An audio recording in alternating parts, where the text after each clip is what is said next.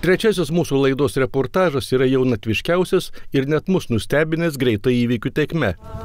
Henrikai, jūs patikėtumėt, kad mes esame Lietuvos verslo kolegijoje? Aš nepatikėčiau netgi tai, kad mes esam Klaipėdoje.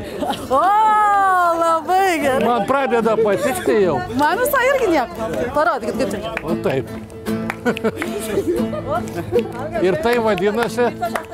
Šokis tiesiog taip. Aš paklausiu, kaip vadinasi šokas. Žuvėdra. Žuvėdra. Taip ir įžengėme pro iki toliai nevarstytas Lietuvos verslo kolegijos duris.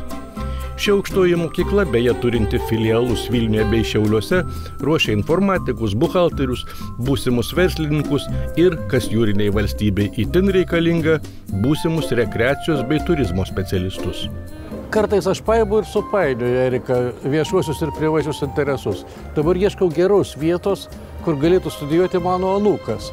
Tai vat pabandykit pasakyti, įtikinti mane, kad jam reiktų studijuoti čia. Oi, aš jūs galiu drąsiai ir iš širdies tikrai įtikinti, žinokit. Lietuvos verslo kolegija tai yra moderni ir šiuolaikiška aukštoji mokykla. Galiu pabrėžti, kad nuo šių metų rugsėjo mėnesio kolegija persikėlė į naujas patalpas. Čia Klaipėdos senamiestyje. Aš žinau, kad čia nebūdavo niekada čia. Ir mes esam centre visų karščiausių įvykių. Ir visų jūros švenčių centre. Visų. Aš galiu... Jeigu kalbėtų apie profesijas, ko čia galima išmokti, kokias specialybės galima įsigyti? Visų pirma, aš norėčiau akcentuoti, kad čia kolegijoje, iš mano pusės, mes turime labai gerą bendravimą, to prasme komunikavimą, dėl to, kad čia tarp dėstytojų ir studentų yra betarpiškas bendravimas. Mes esame visi kolegos čia. Vakarietiškas bendravimas? Taip. Kuria kalba bendraujat? Šiaip lietuvių, tačiau jeigu yra noras, galima studijas pasirinkti ir anglų kalbą. Paskutinis klausimas visai ne mano sugalvotas, o režisierius. Taip. Baksnuodamas man iš šono sakė, paklausk, ar visos jos čia tokios manekenės, tokios gražios, aukštos? Žinot, čia specialių kriterijų... Man dar viena išlenda. Jūs palaukite, atsiprašau, galima trumpam aš? Trumpam. Minutę. Aš greitai mes... Sugrįšiu. Galbūt rytoj. Žinot, kriterijų specialių mes neiškeliam studentam, tačiau galiu pabrėžti, kad čia mokosi pačios gražiausios, pačios protingiausios, šauniausios panelės. Tai yra priežastis, dėl ko ir vyrams reiktų čia stoti. Oi, kiek tokių norinčių. Lietuvos verslo kolegija yra ilgametė lyderė pagal absolventų įdarbinimą ir šis faktas nesunkiai paaiškinamas. Čia kolegijoje veikia verslo praktinio mokymo centras Biurometa. Kas tai? Visų pirma, tai VPMF Biurometa, tai yra verslo praktinio mokymo firma Biurometa, kuri yra įsteigta mokslo tikslais, siekiant imituoti realaus verslo procesus bei visą veiklą čionais kolegijoje, kad studentai turėtų ir gautų praktinės žinias.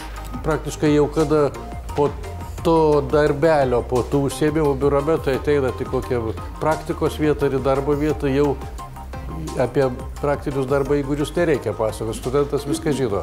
Taip, praktiškai taip, nes Biurometoje dirbantis, kaip sakykime, darbuotojai, tai yra patys kolegijos studentai, kurie užima įvairius postus, kaip direktoriaus, įvairių padalinių vadovų, kaip finansų, rinkodaros, pirkimų, pardavimų.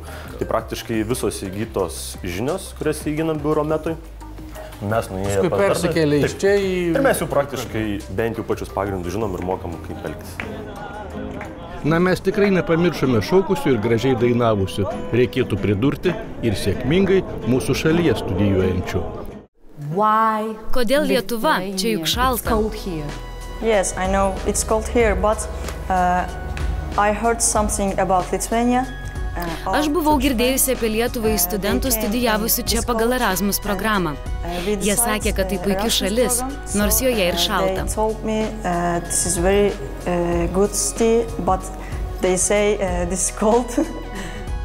Kodėl tu pasirinkai būtent šią kolegiją?